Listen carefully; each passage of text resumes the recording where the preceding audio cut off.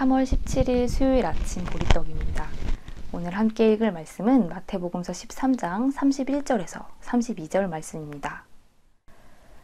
예수께서 또 다른 비유를 들어서 그들에게 말씀하셨다. 하늘나라는 겨자씨와 같다. 어떤 사람이 그것을 가져다가 자기 밭에 심었다. 겨자씨는 어떤 씨보다 더 작은 것이지만 자라면 어떤 풀보다 더 커져서 나무가 된다. 그리하여 공중의 새들이 와서 그 가지에 깃들인다. 아멘.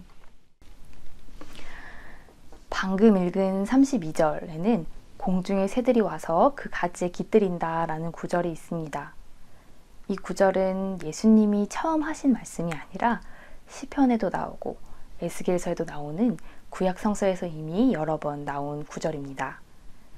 시편 104편 16절에서 17절은 백향목에 새들이 깃들고 집을 짓는다 라고 적고 있고요. 에스겔서 17장 23절은 백향목에 온갖 새들이 깃들이고 날짐승들이 보금자리를 만든다 라고 전합니다.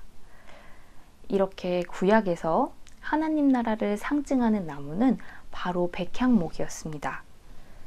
백향목은 송백나무라고도 하는데요. 키가 40m까지 자라는 거대한 나무입니다. 그리고 그 뿌리 또한 키만큼 자란다고 하니 아주 단단하고 아주 우람한 그런 나무였습니다. 그러니 척박한 땅에서 자란 다른 풀들과는 비교할 수 없을 만큼 아주 멋스럽고 위풍당당한 그런 나무였지요. 그런데 예수님은 구약시대 때부터 전해지던 이 백향목이 아니라 겨자나무에 빗대서 하나님 나라를 설명합니다. 사실 겨자나무는 나무가 아니라 풀입니다. 겨자씨를 심으면 1m에서 1.5m쯤 되는 단년생 풀이 자랍니다. 마태와 누가복음은 겨자나무라고 쓰고 있지만 도마복음은 푸성기라고 쓰기도 하는데요. 이 겨자풀이 갈릴리 호수변에서는 2-3m까지도 자랐다고도 합니다. 하지만 크게 자란 겨자풀이라고 하더라도 결코 백향목에 비할 바가 되지 못했을 겁니다. 그런데도 예수님은 백향목이 아니라 바로 겨자풀에 생명이 깃들고 생명의 쉼을 누릴 것이다 라고 말씀하시는 거죠.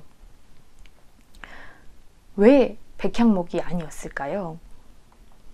예수님 당시에 백향목과 같은 나무, 백향목과 같은 나라가 있었습니다. 바로 로마 제국이었죠. 강력한 군사력과 화려한 문화는 곧게 뻗은 위풍당당한 백향목과 같았습니다. 이 백향목과 같은 로마 제국에서는 백향목처럼 강하고 높은 사람들만 쉼을 얻을 수 있었습니다. 예수님 당시에는 하나님 나라라고 하면 그 예수님 당시 사람들은 아주 즉각적으로 로마와 같은 방식으로 통치하시는 그런 하나님의 나라라는 기대와 바람을 가지고 있었습니다. 로마와 같은 방식이되 로마보다 더 강한 하나님이 로마를 뒤엎고 로마 위에서 로마와 같은 방식으로 우리를 다스리실 것이다 하는 기대였지요. 그런 사람들에게 예수님은 새로운 질서, 새로운 하나님 나라의 이미지를 겨자풀을 통해서 알려주고 계신 겁니다.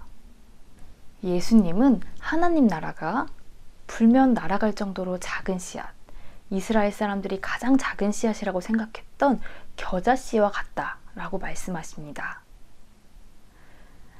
하지만 그 작은 씨앗 심기를 멈추지 않는다면 그 작은 씨앗이 자라나서 생명이 깃들고 쉼을 누리는 하나님 나라를 이루게 될 것이라고 예수님은 가르치고 계시는 거지요. 우리는 뭔가 이 세상을 바꾸는 것은 아주 대단한 사건이나 엄청난 일들이라고 생각하곤 합니다. 작은 시작이나 작은 변화, 작은 선행 정도로는 새로운 세상이 열리지 않는다라고 우리는 은연중에 생각하기도 하고 은연중에 그런 일들을 가볍게 여기기도 합니다. 그런데 바로 그런 작은 씨앗들을 계속해서 심는 데서 바로 온 생명이 깃들어 쉬는 하나님 나라가 시작되는 것입니다. 아름다운 세상을 위하여 라는 영화가 있습니다. 이 영화의 주인공은 11살 트레버라는 아이입니다. 트레버는 선생님으로부터 세상을 바꿀 아이디어를 가져와라 라는 숙제를 받고 이 숙제를 진지하게 고민합니다. 그리고는 자신만의 답을 찾아서 그것을 실행합니다.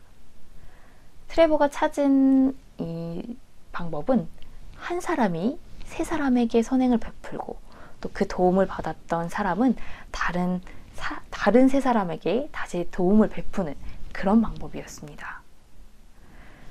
트레버의 선행은 아주 작아 보이고 세상을 바꾸거나 현실을 바꿀 대단한 능력을 갖고 보이진 않았습니다.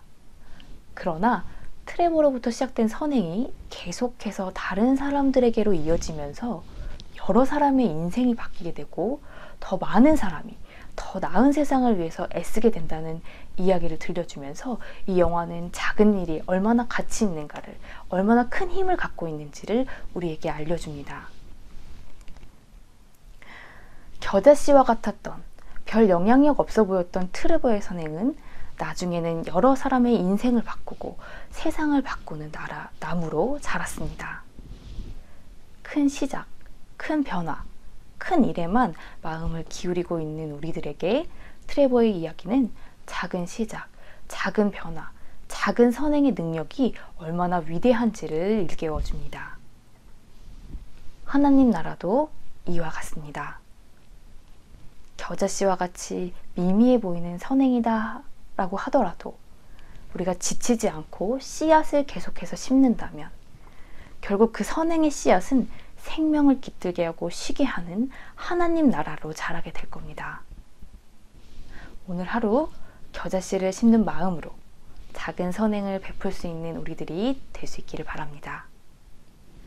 작은 선행, 작은 변화, 작은 시작들을 우리가 꾸준히 심어 나갈 때 우리는 예수님이 가르치신 하나님 나라를 맛볼 수 있게 될 겁니다. 함께 기도하겠습니다. 백향목과 같은 하나님 나라를 기대하던 이들에게 겨자풀의 하나님 나라를 보여주신 주님, 우리가 꿈꾸는 나라가 백향목들이 승승장구하는 나라가 아니라 민초들이 생명을 꽃피우고 쉼을 누리는 나라이기를 원합니다. 그 나라를 이루기 위해서 우리가 작은 선행을, 작은 시작을, 작은 변화들을 우습게 여기지 않게 하시고 작은 일에도 작은 사람에게도 정성을 다하면서 새로운 세상, 새로운 질서의 씨앗들을 뿌려나가게 하여 주소서. 또한 이 시간 미얀마 민중들을 위해 기도합니다. 총칼을 휘두르는 군부 세력이 속히 심판을 받고 억눌렸던 민중들의 삶이 회복되도록 우리가 할 수 있는 모든 것을 다하게 하여 주소서. 미얀마에 계시는 예수님 이름으로 기도합니다. 아멘.